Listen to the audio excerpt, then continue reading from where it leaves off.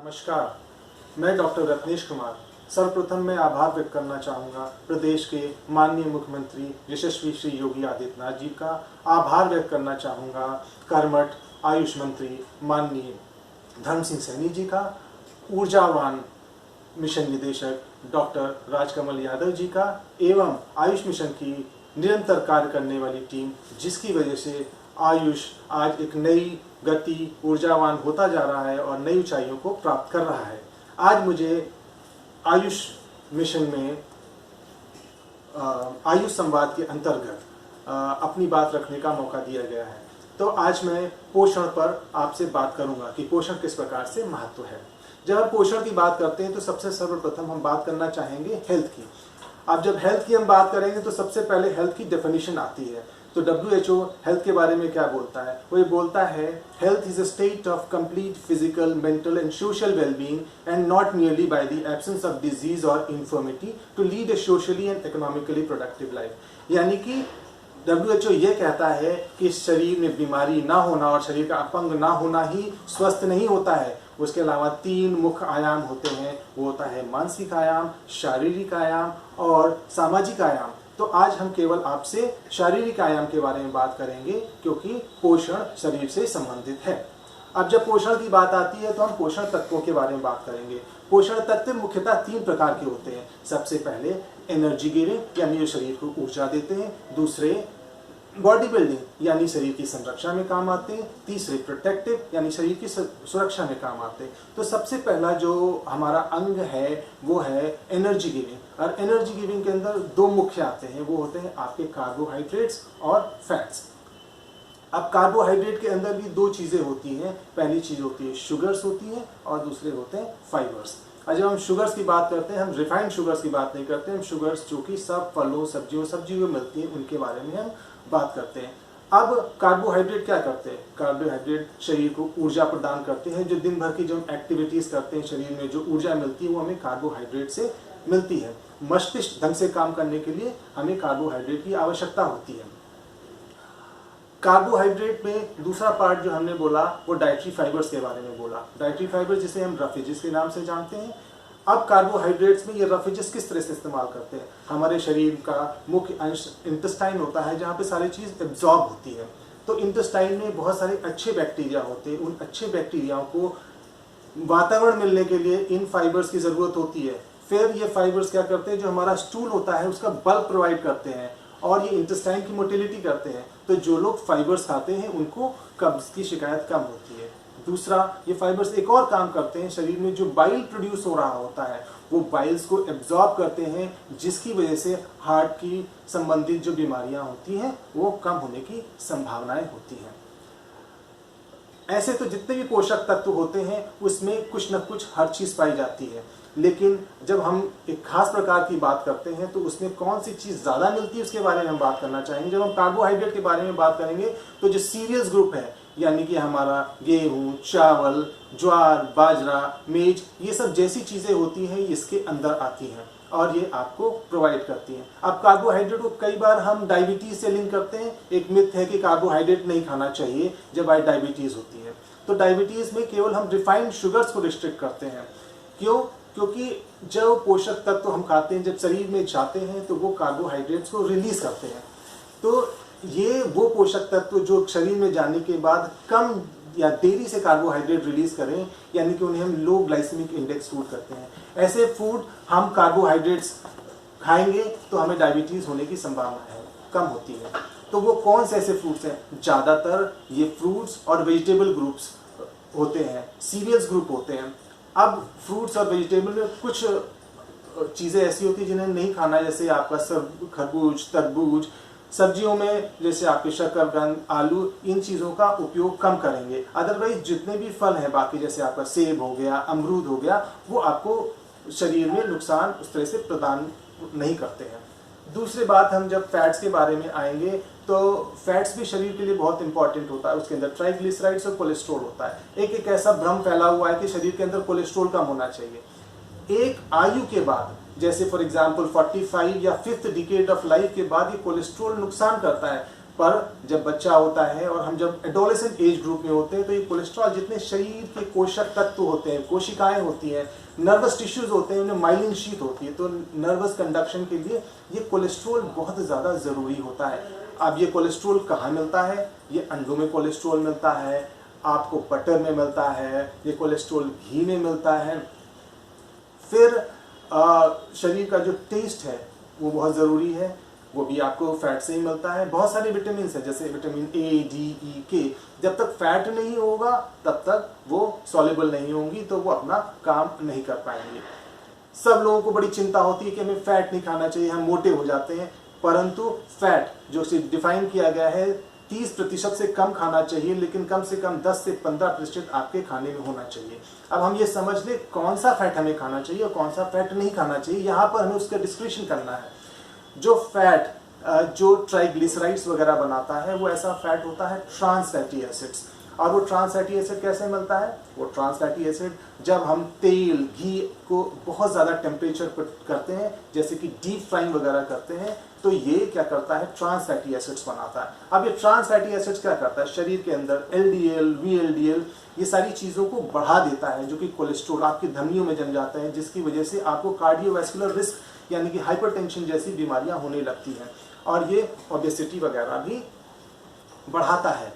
अब दूसरा आता है किस तरह का फिर हमें फैट खाना चाहिए? हमें खाना चाहिए तेल जिसमें पॉली अनसैचुरेटेड फैटी एसिड्स होते हैं। कुछ तेल ऐसे होते हैं जिसमें एसेंशियल अमाइनो एसिड्स होते हैं। ये एसेंशियल अमाइनो एसिड आपको बहुत ज़्यादा ज़रूरी होते हैं, और ये अल्फा लिनोनिक एसिड और लिनोनिक एसिड जो दो मेजर ग्रुप के होते हैं।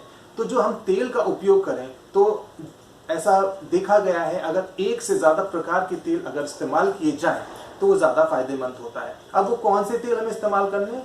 एक ग्रुप ऐसा होना चाहिए जिसमें आपका लिनोनिक एसिड ज़्यादा हो, दूसरे में अल्फा लिनोनिक एसिड और लिनोनिक एसिड हो।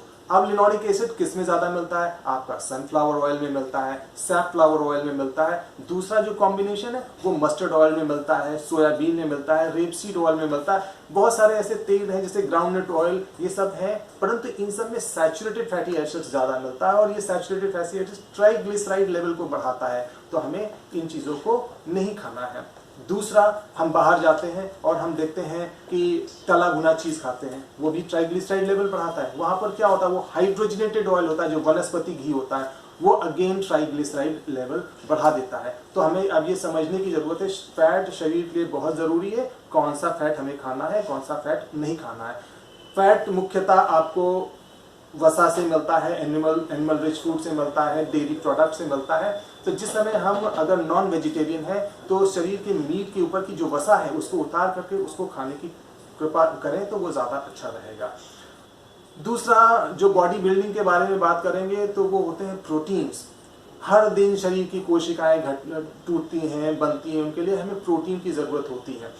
प्रोटीन का और भी कारण है बॉडी के इम्यून सिस्टम में और एंटीबॉडीज़ में। जब हमारे शरीर में कोई बाहर से चीज़ इन्वेजन होता है, हमारे अंदर एंटीबॉडीज़ बनती हैं, और ये एंटीबॉडीज़ क्या होती है? ये प्रोटीन से ही बनती हैं, और बॉडी को फाइट करने के लिए हमें इम्यूनोग्लोबुलिन्स की ज़रूरत पड़ती है। तो हमें समझना पड़ेगा ये इम्यूनोग्लोबुलिन्स भी प्रोटीन से ही बनती हैं।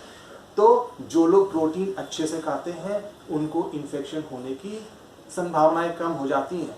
तो जो प्रोटीन खाएंगे तो ऐसा देखा गया है जो प्रोटीन एनर्जी माल न्यूट्रिशन वाले लोग होते हैं उनको बीमारी होने की संभावनाएं बढ़ जाती है। अब तीसरे ग्रुप में हम आएंगे जो कि प्रोटेक्टिव ग्रुप होते हैं, जो कि आपको विटामिन और मिनरल्स के बारे में हम बात कराएंगे। विटामिन में जैसे आपके विटामिन, फैट सॉल्युबल विटामिन हो गई और वाटर सॉल्युबल विटामिन हो गई। फैट सॉल्युबल में आपके विटामिन ए, डी, ई, के। तो हम मेजर विटामिन के बारे में बात करना चाहेंगे, जैसे जो आजकल के सिनारियो में ज़रूरी है। विटामिन ए की ज़रूरत है। विटामिन ए हमारी आँख की रोशनी के लिए बहुत ज़्यादा ज़रूरी है, और विटामिन शरीर के जो ड्राइनेस वगैरह होती है ये भी विटामिन ए खत्म करती है, और ये एंटी इन्फेक्टिव विटामिन भी होती है। अब विटामिन ए कहाँ ज़्यादा मिलती है? जैसे कि कॉड लिवर ऑयल, इनमें ज़्यादा मिलती है। लेकिन जो नेचुरल सोर्सेज क्या हैं? आपके गाजर हो गए, पीले फल हो गए जैसे पपीता हो गया, हरी सब्जियां जैसे स्पिनच हो गया, इन सब में बहुत ज़्यादा मात्रा में पाए जाते हैं। फिर कई बार हमने देखा है हमारे यहाँ पर कट जाता है, मुंह में छाले बन जाते हैं, और बहुत सारी एसिडिटी हो जाती है, तो इनमें एक ग्रुप ऑफ विटामिन होता है, ये विटामिन कहलाता है विटामिन बी कॉम्प्लेक्स का ग्रुप कहलाता है। जो लोग ये खाते हैं उनको छाले होने की संभावनाएं कम होती हैं, शरीर में कटफट कम हो जाता है। तो इनके लिए विटामिन, और ये विटामिन हमें कहाँ से मिलती हैं? ये विटामिन बी ग्रुप में पूरा सीरियल सा ग्रुप है, जो हमारे अंकुरित दालें हो गई, अंकुरित गेहूँ, जो भी सीरियल्स हैं, इन सब चीज़ों को हम जितना ज़्यादा कंज्यूम करेंगे वो विटामिन बी मिल जाएगा। 2 विटामिन ऐसी हैं जो विटामिन फोलिक एसिड और विटामिन B12 के बारे में बात करेंगे, जो आपकी ये रक्त कोशिकाओं के लिए भी बहुत ज़्यादा ज़रूरी होती है। और ये विटामिन फोलिक एसिड जो है वो केवल ग्रीन लीफी वेजिटेबल या एनिमल रिच फूड से मिलती है। जहाँ तक विटामिन B12 की बात करें, वो तो किसी भी वेजिटेबल ओरिजिन से नहीं मिलती है। जो लोग नॉन वेजिटेरियन नहीं है या वेजिटेरियन है, उनको इस बात का खास ध्यान रखना पड़ेगा, क्योंकि विटामिन B12 जो है वो आपको किसी भी वेजिटेबल रिच फूड में तो नहीं मिलती, तो आपको एनिमल ओरिजिन फूड, तो एनिमल ओरिजिन वेजिटेरियन के पास कुछ ही लिमिटेड होता है, जैसे कि दूध हो गया, मक्खन हो गया, तो इनका इस्तेमाल करें। अब विटामिन B12 के कैसे सिम्टम, कई बार हम लोग का शरीर में झुन्नी होने लगी, टिंगलिंग हो रहा है, बैठने में दर्द हो रहा है, वीकनेस हो रही है, और इन सब चीज़ों के लिए विटामिन B12 की बहुत ज़्यादा ज़रूरत देखा है। ऐसा माना गया है और ऐसा देखा गया है कि जो लोग विटामिन बी कॉम्प्लेक्सेस और विटामिन सी लेते हैं उनके स्मरण शक्ति भी ज़्यादा होती है। अब हम आ जाएं आज के परिप्रेक्ष्य में, कोविड के सिनेरियो में, तो इस समय हमें दिमाग में बहुत ज़्यादा चल रहा है कि हमें क्या चीज़ खाना चाहिए। तो ऐसा वर्ग जो कि एंटीऑक्सीडेंट्स का वर्ग हो, और वो एंटीऑक्सीडेंट का वर्ग क्या है? हमारा वेजिटेबल एंड फ्रूट्स। जो WHO और FAO कहता है कि दिन में कम से कम 400 ग्राम वेजिटेबल्स, सब्जियां और फ्रूट्स खाने चाहिए। और सब्जियों के क्रम में बात करेंगे तो हम ग्रीन लीफी वेजिटेबल्स के बारे में बात करेंगे। ये ग्रीन लीफी वेजिटेबल्स अगर रॉ फॉर्म में खाई जाए तो बहुत ज़्यादा आपके लिए फायदेमंद होती है। दूसरा, पानी की अति आवश्यक होता है। जो लोग आज के सिनेरियो में जाकर, या इन्फ्लुएंजा लाइक इलनेस जब भी होती है, तो पानी का हाइड्रेशन होना बहुत ज़रूरी है।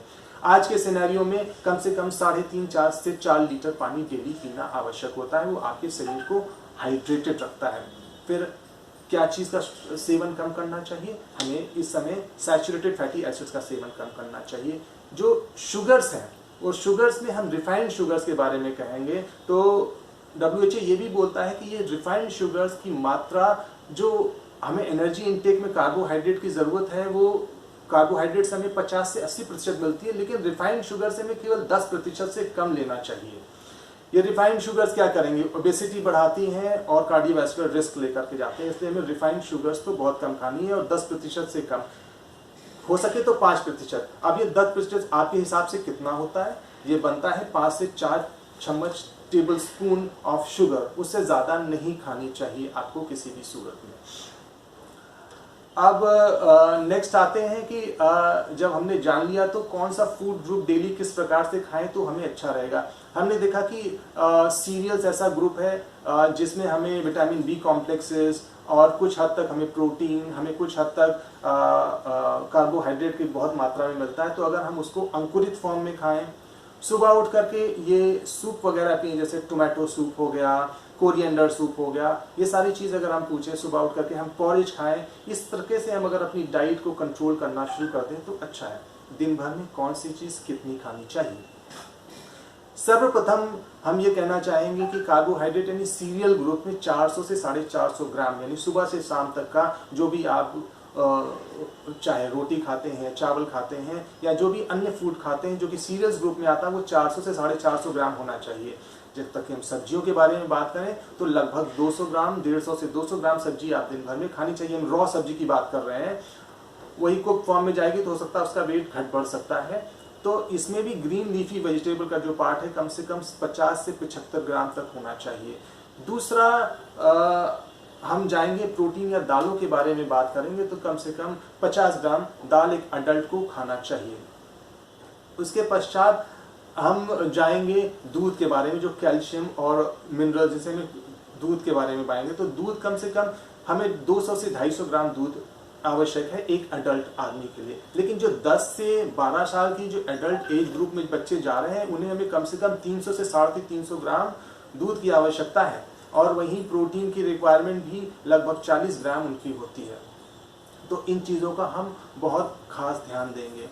दूसरी चीज़ बात आती है कि शरीर में जो माल न्यूट्रिशन है, माल न्यूट्रिशन के 2-3 जो मेजर कारण हैं। पहला कारण है हमारी अज्ञानता, यानी कि हम जानते नहीं किस चीज़ को किस तरह से खाना है। दूसरी चीज़, हमको वो सुविधाएं नहीं उपलब्ध है कि हम खाना खा सकें। और तीसरा, हमारा शरीर ही नहीं एब्जॉर्ब कर पा रहा है। पहली चीज़ अज्ञानता, तो जितना ज़्यादा ज्ञान आप कर सकते हैं, हमें आयुष कवच ऐप से भी बहुत सारा ज्ञान मिलता है, वो उस ज्ञान को वहाँ से अर्जित कर सकते हैं। दूसरा, अगर आपको लगता है शरीर एब्जॉर्ब नहीं हो रहा है तो हमारे डॉक्टर्स उपलब्ध हैं उसमें टेलीकम्युनिकेशन के लिए, आयुष कवच में, तो आप उन डॉक्टर्स को कॉल करके अपनी समस्या का निराकरण वहाँ से प्राप्त कर सकते हैं। वैसे गवर्नमेंट ऑफ इंडिया ने बहुत सारी स्कीम चला रखी है, जैसे कि आपकी मिड डे मील हो गया, ICDS प्रोग्राम हो गया। अब मिड डे मील की अगर हम बात कर लें तो गवर्नमेंट ऑफ इंडिया उसमें बच्चों को जितनी ज़रूरत है उसका 1/3 प्रोटीन और आधा भाग कार्बोहाइड्रेट का देता है। तो जो बच्चा स्कूल जाता है उसको स्वतः ही वो मिल जाता है। ICDS के अंदर जाएं तो वहाँ पर भी आपको निश्चित कैलोरी और प्रोटीन मिल जाती है, जो कम से कम 1/3 से लेकर आधा पोर्शन होता है। और इतना ही नहीं, गवर्नमेंट ने ये भी कर रखा है कि जो 3 वर्ष से कम के बच्चे, उनकी माओं को घर ले जाने के लिए टेक अवे राशन की भी सुविधा उपलब्ध करा रखी है। तो जिन लोगों को इस खाने की कमी है या नहीं है, तो वो इन जगह जा सकते हैं। और इन जगह इनको तो पता नहीं होता, तो कौन है, ये हमारी और आपकी रिस्पॉन्सिबिलिटी है कि उनको गाइड करें किस जगह पर उनको जाना है, ताकि उनको मुफ्त में चीज़ें और अच्छी चीज़ें मिल सकें। दूसरी चीज़, इस बार के जो पोषण माह है उसमें माल न्यूट्रिशन पे बहुत ज़्यादा फोकस किया गया है।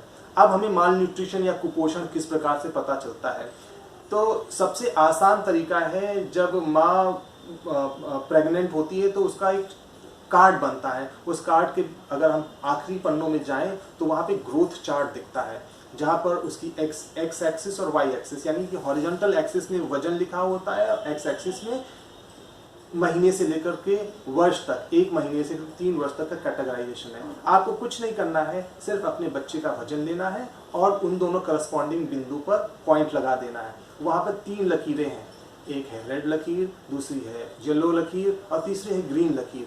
यदि वो रेड लकीर के अंदर आता है तो उसका मतलब वो माल न्यूट्रिएंट बहुत ज़्यादा सीवियर है। दूसरा, यदि येलो में आता है तो वो कभी भी माल न्यूट्रिशन की श्रेणी में तो आ गया है। तीसरा होता है ग्रीन लाइट, यानी कि वो बिल्कुल सेफ जोन में है। तो इतना तो हम पता ही कर सकते हैं। यदि हम नहीं पता कर सकते तो हमारे आसपास आंगनवाड़ी केंद्र है जहां पर ये चीज़ें बहुत इजीली उपलब्ध हैं, तो कृपा करके आंगनवाड़ी केंद्रों में जाएं। और जो माननीय प्रधानमंत्री जी का जो संदेश है कि 2022 तक हमें माल न्यूट्रिशन से भारत को मुक्त कराना है, उसमें जब तक हम लोग एक साथ मिलकर एक कड़ी में काम नहीं करेंगे तब तक ये संभव नहीं होगा। तो सबसे पहले हमें ज्ञान अर्जित करना है, अपने आसपास इस ज्ञान का प्रचार प्रसार करना है और लोगों को बताना है कि कौन सी चीज़ कहाँ मिलती है। एक एग्जाम्पल मैं आपको देना चाहूँगा, जैसे कि प्रेग्नेंट फीमेल को आयरन की रिक्वायरमेंट बहुत ज़्यादा होती है, क्योंकि हमारे यहाँ देखा गया है कि अनीमिया की वजह से प्रसव के दौरान बहुत सारी महिलाओं की मृत्यु हो जाती है। तो इसके लिए गवर्नमेंट ने आयरन मुक्त भारत के प्रोग्राम चला रखा है, जिसमें कि वो आयरन सप्लीमेंटेशन करते हैं, वो बच्चों से लेकर के अडल्ट तक। जैसे बच्चों में आशा सिरप्स रखती है, वो आशा समय समय पे सिरप प्रोवाइड कर सकती है। आंगनवाड़ी केंद्रों में गोलियां उपलब्ध हैं जो बच्चों को आयरन की कमी होने पर वो गोलियां प्रोवाइड करती हैं। और प्रेग्नेंट फीमेल जो ANC सेंटर है वो चौथे माह के प्रसव से लेकर अंतिम तक और उसके प्रसव के पश्चात भी अगर वो अनीमिक रहती तो 180 दिन तक वो आयरन फोलिक एसिड की टैबलेट्स प्रोवाइड करते हैं। तो इतनी सारी सुविधाएं हमारे पास उपलब्ध हैं, बस हमें क्या करना है, अपने मस्तिष्क को खोल करके रखना है और अपना हृदय बढ़ना रखना है, जिसकी वजह से ये माल न्यूट्रिशन खत्म हो जाएगा। तो आज आइए हम और आप मिलकर के ये संकल्प लेते हैं, जानकारी बढ़ाएंगे, जानकारी संचारित करेंगे और देश को माल न्यूट्रिशन मुक्त करेंगे। धन्यवाद।